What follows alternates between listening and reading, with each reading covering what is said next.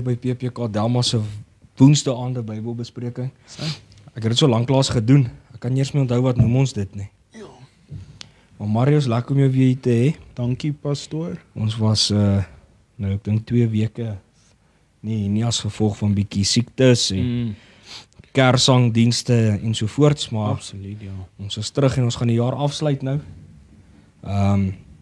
Met die een waarmee ons besig was, ons wil nou oor die laaste 4 karaktereienskappe van God praat. So glo ons gaan vanaand klaar maak en dan gaan ons sommer die Bybelbespreking vir die jaar afsluit. Dan sal ons weer in volgende jaar weer vat met nuwe idees en nuwe onderwerpe. Absoluut, ja.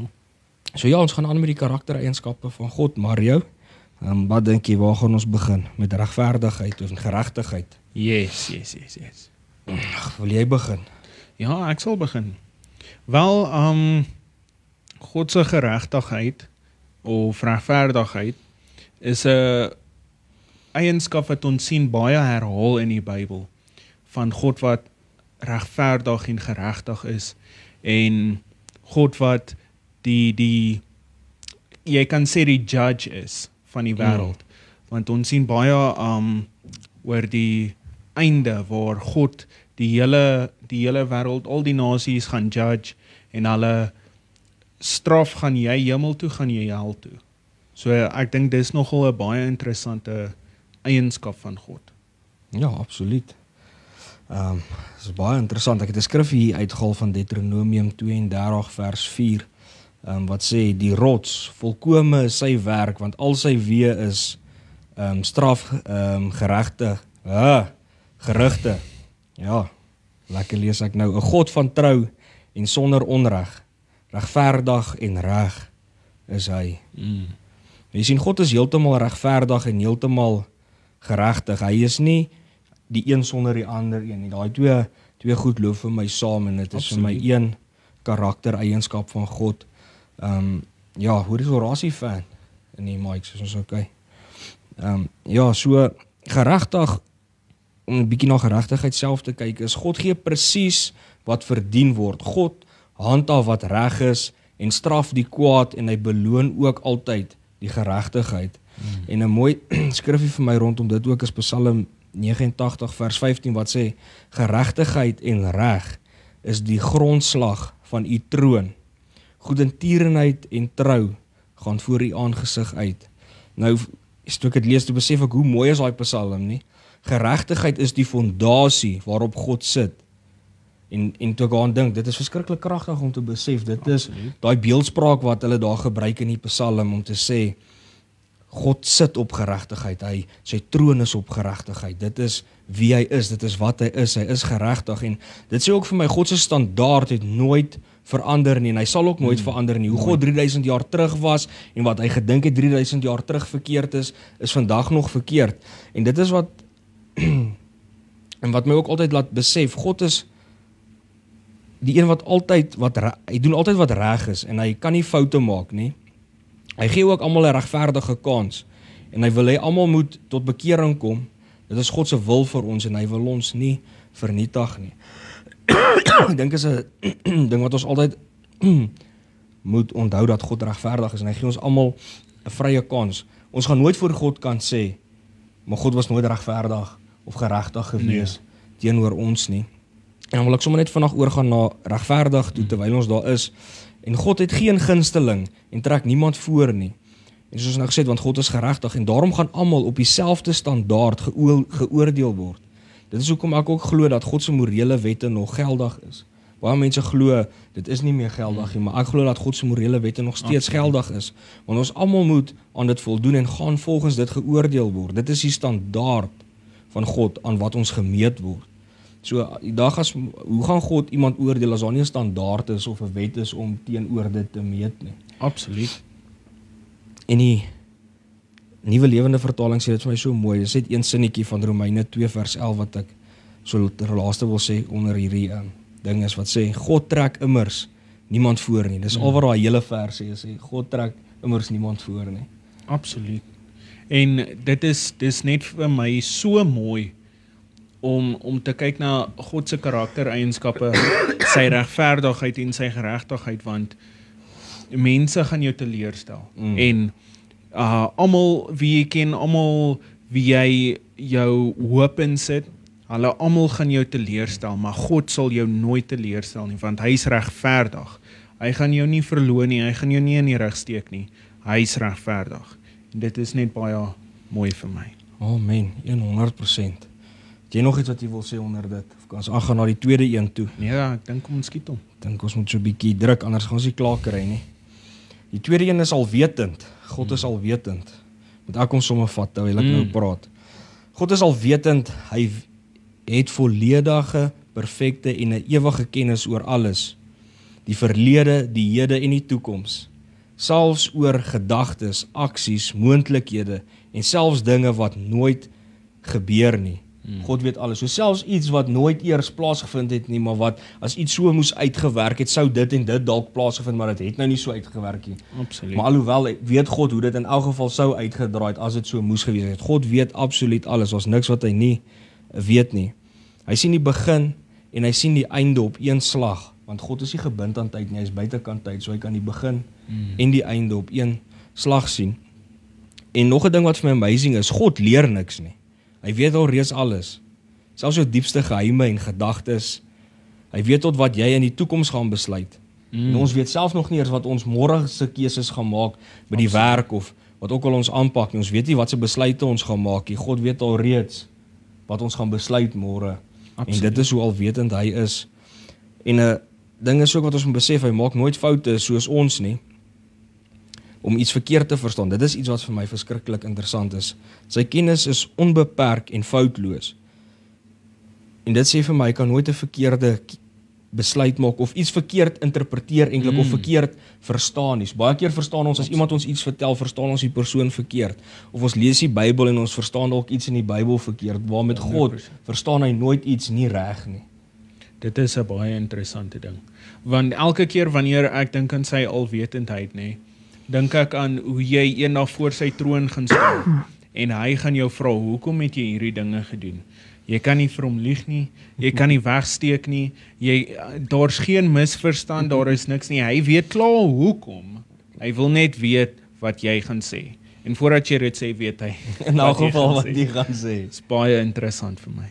Dit is eintlik, en dis 'n ding wat ek baie van mense sê, wat hulle nie besef nie, terwyl ons nou hier op aarde is, het ons altyd hierdie verskoningkies, hoekom ons dinge doen, hoekom ons nie ons hart vir die Here gee nie, hoekom ons nie vir die Here lewe nie, hoekom ons doen wat ons wil doen, hoekom ons losbandig lewe, hoekom ons sondige leefwyse regverdig, maar die dag wat ons voor God staan, gaan daai verskonings wat jy vir jou vriende en familie gee, en wat jy nog altyd gedink het jy vir God gee, jy nie vir hom kan gee die dag wat jy in sy aangesig staar nie.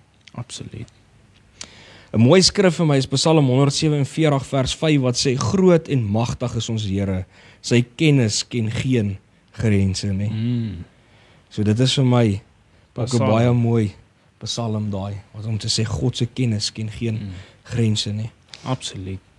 Is daar ietsie wat jy nog wil sê rondom dit, Mario?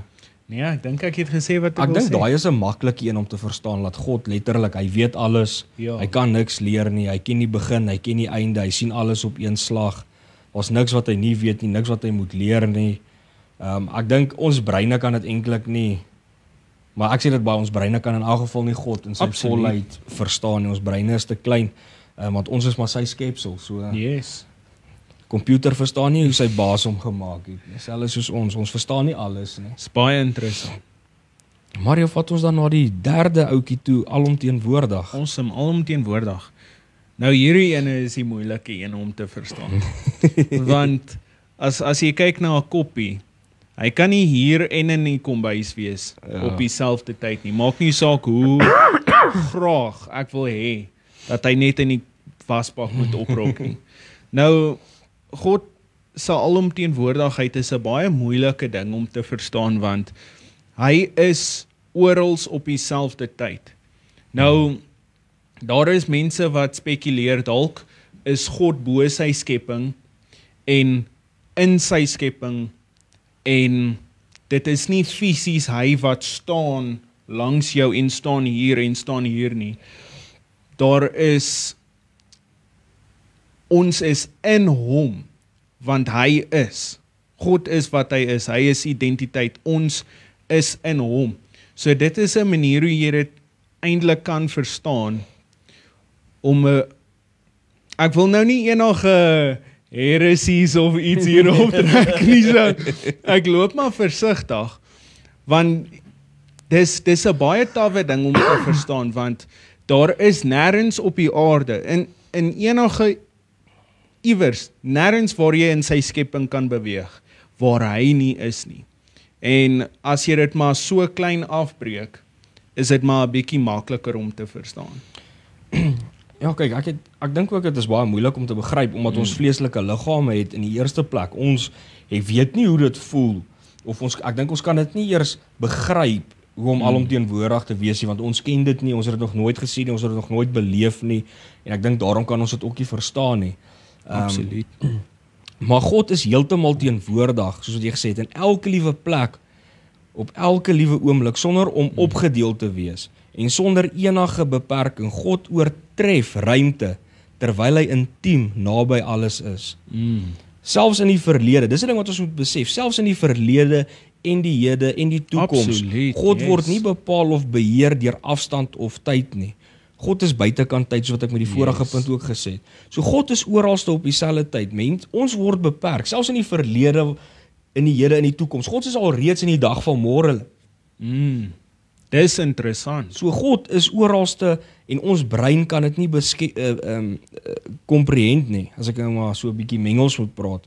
So God vul sy hele skepping met sy teenwoordigheid. Hy is altyd oral teenwoordig. En koning Dawid sê dit so mooi hierso, in die Psalms 139 vers 17 sê, waar sou ek heen gaan van u gees en waarheen vlug ek van u aangesig? Klim ek op na die hemel, u is daar, en maak ek die doderyk my bed, kyk, u is daar. Neem ek die vleuels van die daggeraad, gaan ek by die uiteinde van die see woon, ook daar sou u hand my lei, en u regterhand my vashou. Jy sien, Mario, ek dink alselfs kon ons na die verste ster toe reis, as ons daar kom, is God daar. Absoluut. Dis 'n ding wat mense moet besef. Dis nie net op aarde nie, God vul sy hele skepping. En omdat ons nie God se wese kan verstaan nie. God is nie 'n mens soos ek en jy nie. God is oralste op dieselfde tyd. En alhoewel dit moeilik is om te verstaan, vir my bring dit weer vertroosting. Om te weet, baie keer is ons in 'n storm in ons lewens en ons gaan deur moeilike goed in ons lewens.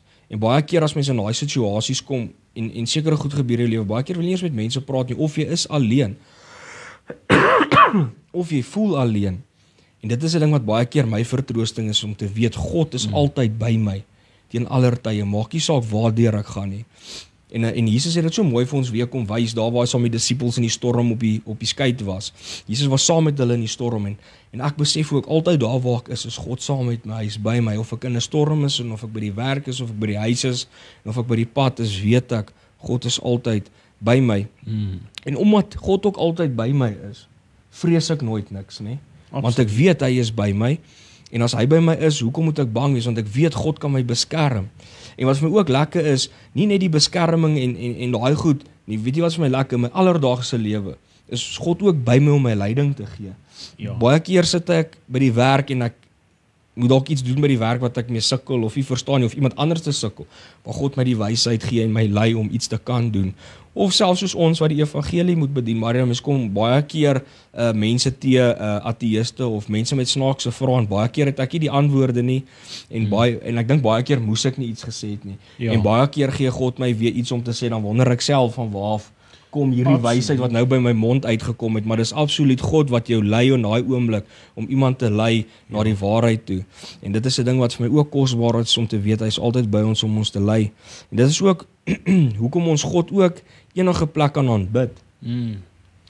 En dis 'n ding wat ek weet baie mense nie begryp nie, veral die ouens wat so 'n bietjie in valse leerstellings betrokke is, maar ons het nie 'n tempel nodig, want ons moet gaan om God daar te gaan ontmoet, en ons kan hom net in die tempel aanbid, of as ons hom met hom wil praat, of aanbid, of enigiets wat ons net 'n verhouding met God wil hê. Ons hoef nie na 'n plek toe te gaan waar God net daar is nie. God is alomteenwoordig. Hier waar ons nou sit, maar God is teenwoordig hier waar ons sit. Yes. Daar waar jy by jou huis is, God is teenwoordig daar waar jy is. Daar waar in jou kar ry, God is teenwoordig in jou kar.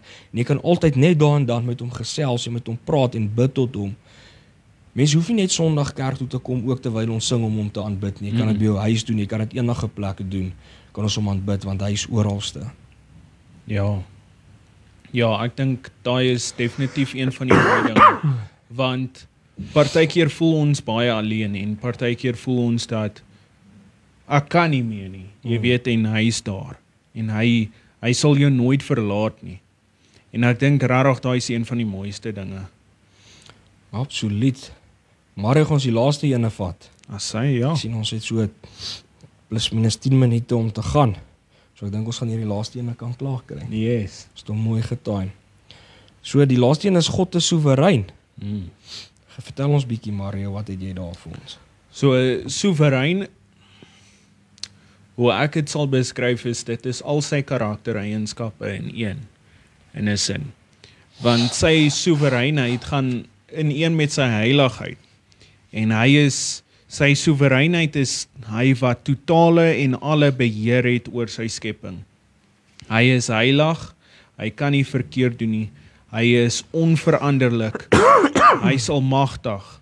Hy het beheer oor elke liewe klein dingetjie. En dit is hoekom as jy nou asemhaal, as jy nou loop in die straat af, jy doen dit net want dit is sy wil.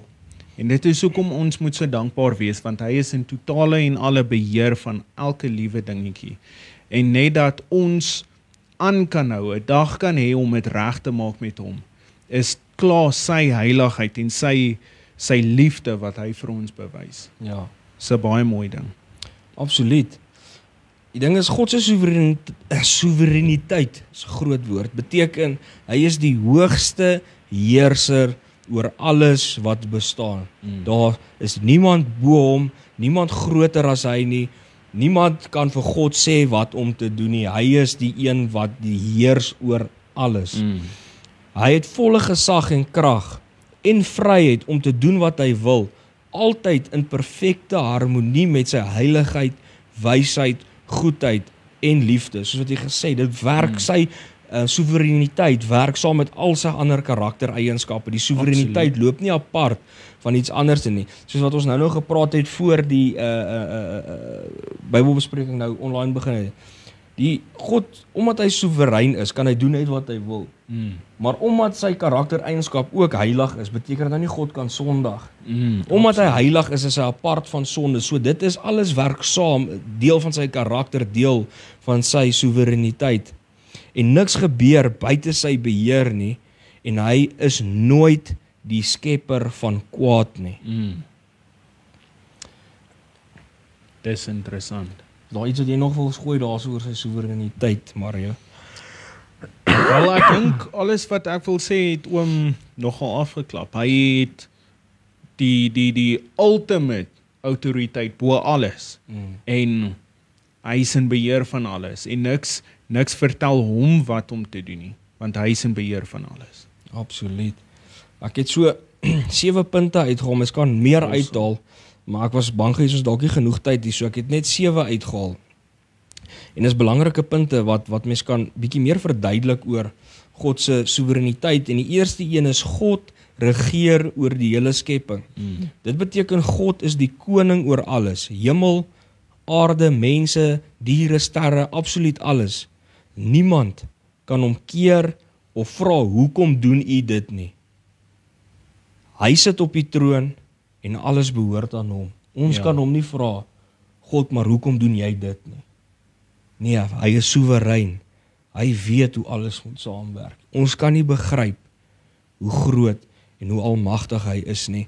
En ek het so 'n bietjie skriffies uitgehaal vir mense as hulle bietjie wil meer Bybelstudie gaan doen rondom dit en kyk hoe al hierdie 7 punte wat ek vir hulle gee, waar staan dit in die Bybel. En hierdie eerste een wat ek gesê dat God regeer oor die hele skepping, kan mense in Psalm 101 vers 19 en dan ook in Daniël 4 vers 35 gaan lees. Ek het nou nie die teksversie self uitgehaal nie, hulle moet dit maar self gaan lees by die huis. En dan die tweede punt, dit doen mense ook goed, maar om ook self bietjie by te lees. Ons kan nie alles doen nie. Ja, nee, ons kan nie, dit is samewerking, dit is 'n aanlyn Bybelstudie, hulle kan ook bietjie gaan studeer. Die tweede punt is, God is soewerein oor die natuur. Dis 'n ding, die weer, die wind, die reën, sneeu en storms, alles gebeur omdat God dit toelaat. Hy beheer die elemente van die natuur en gebruik dit vir sy doel, of dit nou is om te leer, te straf of om te seën. God beheer die natuur. En skrifgies wat ek uitgehaal wat mense kan gaan lees is weer eens in Psalm, is Psalm 135 vers 6 tot 7 en dan natuurlik Job 37 vers 10 tot vers 13. Die derde ene is God is soewerein oor die nasies en konings. Konings, of soos ons vandag het daarvan sal praat, presidente en regerings, het nie mag omdat hulle self daar gesit het nie. God gee dit aan hulle, God stel leiers aan en verwyder hulle. Geen regering bestaan sonder God se toestemming nie. En dit is ook hoekom die Bybel ons leer dat ons leiers moet respekteer en vir hulle moet bid. Jy sien, ons lewe in 'n land, ongelukkig wat ons weet, ons regering is so bietjie korrup en doen nie altyd alles wat reg is nie en al daai dinge, maar God verwag nog steeds dat ons leiers moet respekteer en laat ons vir hulle moet bid.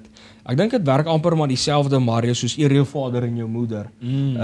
Dit beteken nie omdat jou pa nou dalk 'n alkoholist is, jy moet nie respek hê vir hom en hom nie eer betoon nie. God verwag dat jy nog steeds, hy bly jou pa of jou ma of wie ook al jou ouers is of wat hulle fout is, dit bly jou ouers en jy moet hulle altyd eer en respekteer. Dit beteken nie omdat hulle foute het, jy hulle nie moet eer en respekteer nie. Jy sien, God gee altyd hierdie opdragte, as ek dit nou so kan noem, as eer jou vader en jou moeder. Hy sê nie eer jou vader en jou moeder as dit en dit en dit en dit nie. So ek dink mens moet absoluut ons regering vir hulle bid en intree in gebed en hulle respekteer. Ja, mense gaan nou sê, ja, maar wat van as hulle nou teenstrydig is met God se woord? Obviously, niemand moet teen God gaan. As hulle nou sê, okay, nee, godsdiens, ons Christendom word verwerp uit hierdie land uit nie. Obviously is dit verkeerd en ons kan nie daarvoor staan nie. Maar oor die algemeen, waar hulle korrup is of wat ook al, ja, hulle maak foute, ons maak foute. Wie is ons om dan nou te sê, ja, kyk, ons maak ook maar foute. Maar wat ek vir die mense kan sê, is kom ons bid vir hulle, want gebed dra groot krag en skrif wat dit bevestig, laat God leiers aanstel en hulle die autoriteit gee en ook dat ons hulle moet respekteer, is Daniël 2 vers 21 en dan Romeine 13 vers 1. Dan as ons gaan kyk na die 4de enetjie, God is soewerein oor die geskiedenis. Okay, daai is interessant. Alles wat gebeur van die begin van die wêreld tot die einde is deel van God se plan. Hy het ook reeds die einde bepaal en niks kan sy plan stop nie. Hy besluit waar en wanneer 'n nasie sal bestaan. Jy sien, Mario, ons baie keer dink ons God improvise soos wat hy gaan. Maar ons besef nie die dag toe hy die aarde geskep het hy klaar geweet wat gaan die einde wees nie. Perfekte plan. Dit is hoekom toe ons ook nou die dag, ons het heeltemal oor iets anders te gesels, ek kan nou nie onthou wat ons nou die dag oor gesels het nie. Maar toe sê ek vir jou, die Ou Testament is maar net 'n skadubeeld van die Nuwe Testament wat sou kom, want selfs daai tyd, van Genesis af, reg deur Exodus, Deuteronomium, al die pad tot by Openbaring, het God reeds geweet wat gaan moet gebeur. Hy het reeds geweet hy gaan sy seun moet stuur om vir die mensdom te sterf. Absoluut. Omdat God ook, soos ons nou gesê het, alwetend is. En so werk soewereiniteit saam met sy alwetendheid. So dit werk saam met sy hele karaktereienskappe. En dan die 5de een is God is soewerein oor elke mens se lewe. Sorry, het ek die skrif gegee vir die vorige een. Nee. Vir die mense wat belangstel in dit, kan hulle vir God is soewerein oor geskiedenis en oor die nasies en goed, kan jy gaan kyk in Jesaja 46 vers 9 tot 10 en dan Handelinge 17 vers 26. Ons baie ander skrifgies, ek het net 'n paar uitgehaal. Dan die 5de een is God is soewerein oor elke mens se lewe. Ons kan planne maak, maar dit is God wat bepaal wat werklik gebeur. Hy lei ons stappe en kan alles doen wat hy wil met ons lewens. dit laat my net besef eintlik hoe klein en hoe afhanklik ons van God is. Want ons kan planne maak soos wat ons wil. As ons buitekant God se wil planne maak, ons kan sê, ja nee, ons gaan nou planne maak, ons gaan hierdie ding en die ding gaan doen. Maar ons weet nie eers of die dag van môre daar vir ons gaan wees nie, maar ja, ons kan dalk nou vanaand slaap en net nooit weer ons oë oopmaak môre nie. So dit is absoluut in God se hande en hy bepaal ons voetstappe en een wat dit uitdruklik so mooi stel is Spreuke 16 vers 9 en dan Efesiërs 1:11 en ook weer Job 42 vers 2. Nou ek het net 'n vraagie vir die mense om 'n bietjie hulle koppe te krap. God is soewerein oor ons lewens. So vra 'n bietjie vir jouself en gaan doen 'n bietjie Bybelstudie. Beteken dit dat as ons nie by God uitkom nie, as daar mense is in jou lewe wat ateïste is, beteken dit dat hulle is ateïste omdat God wou gehad het hulle moes wees? So dis net 'n interessante vraag vir die mense om hulle koppe te krap. Ja, ek dink dit is 'n baie interessante vraag.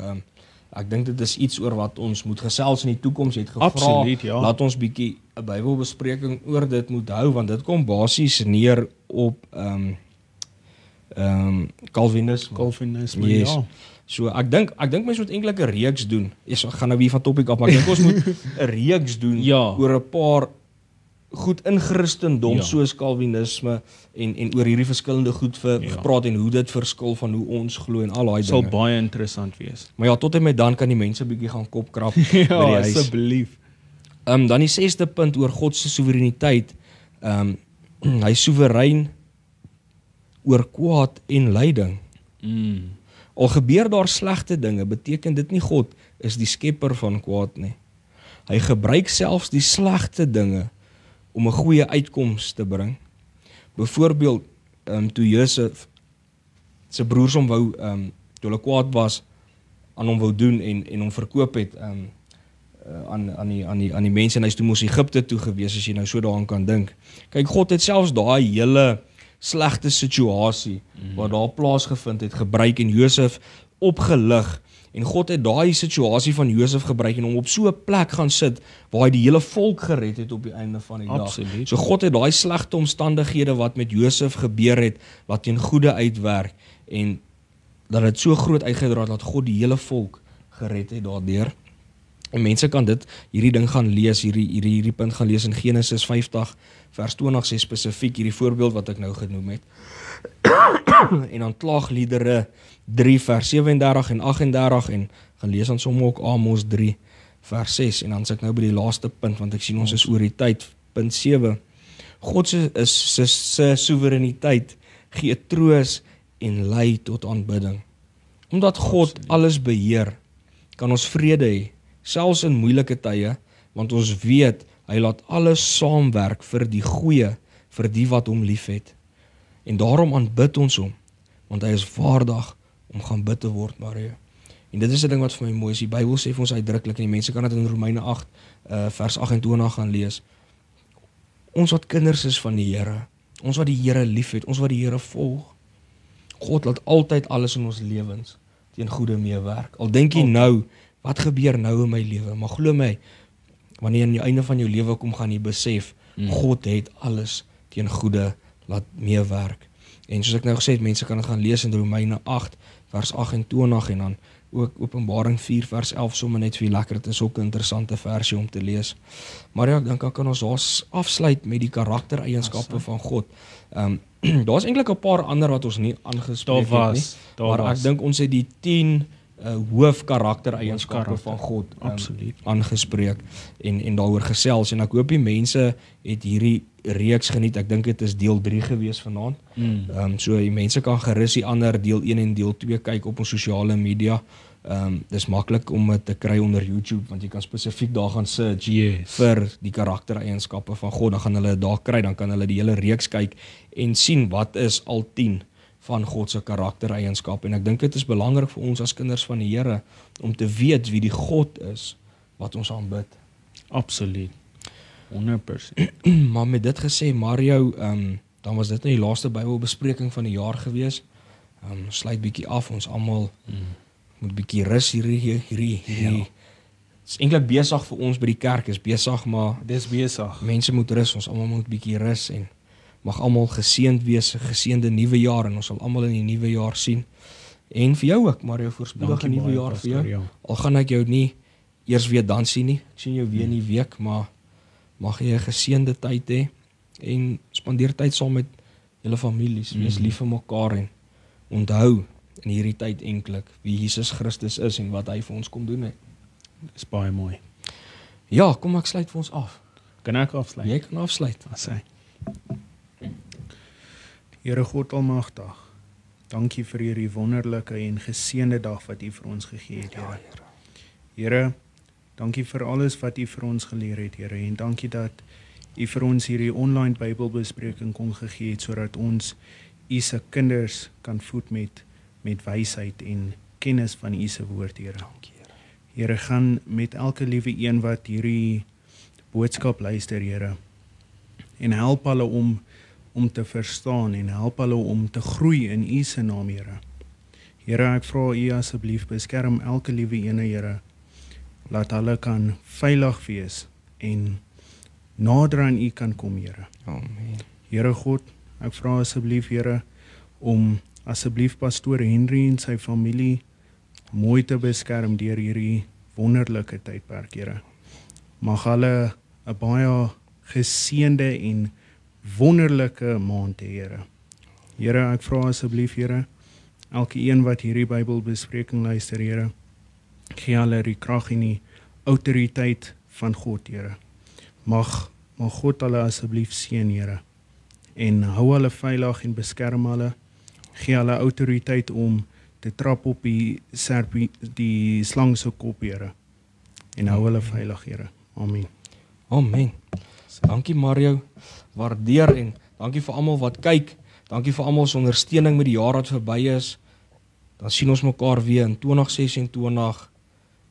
Mag julle 'n geseënde nuwe jaar hê.